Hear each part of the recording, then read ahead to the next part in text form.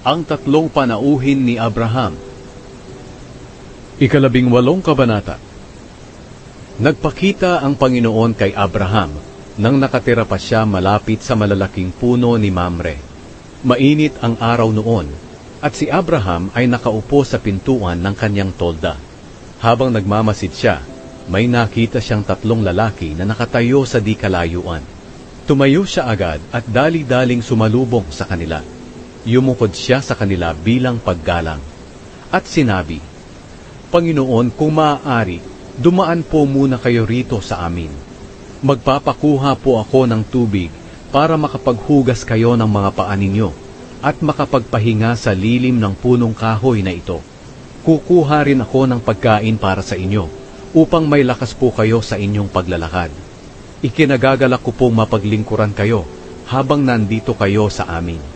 At sumagot sila, Sige, gawin mo kung ano ang sinabi mo.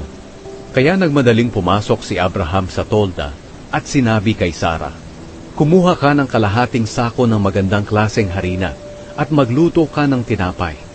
At bilisan mo ang pagluluto. Tumakbo agad si Abraham papunta sa mga bakahan niya at pumili ng matabang guya. At ipinakatay niya ito at ipinaluto sa alipin niyang kabataan. Pagkatapos, dinala niya ito sa mga panauhin niya, at nagdala rin siya ng keso at gatas. At habang kumakain sila sa ilalim ng punong kahoy, naroon din si Abraham na naglilingkod sa kanila. Ngayon, nagtanong ang mga panauhin kay Abraham, Nasaan ang asawa mong si Sarah? Sumagot siya, Naroon po sa loob ng tolda.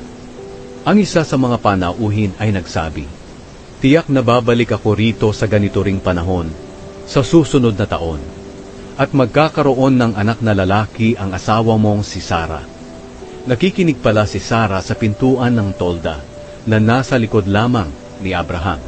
Matanda na silang dalawa ni Abraham at huminto na nga ang buwan ng dalaw ni Sarah. Tumawa si Sarah sa kanyang sarili at nag-isip-isip, Sa katandaan kong ito, masisiyahan pa ba akong sumipig sa asawa ko na matanda na rin para magkaanak kami?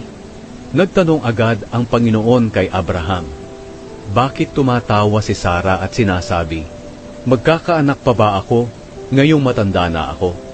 May bagay ba na hindi magagawa ng Panginoon?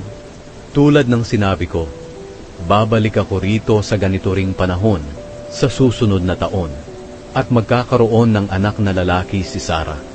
Natakot si Sarah, kaya nagsinungaling siya. Sinabi niya, Hindi po ako tumawa. Pero sinabi ng Panginoon, Tumawa ka talaga.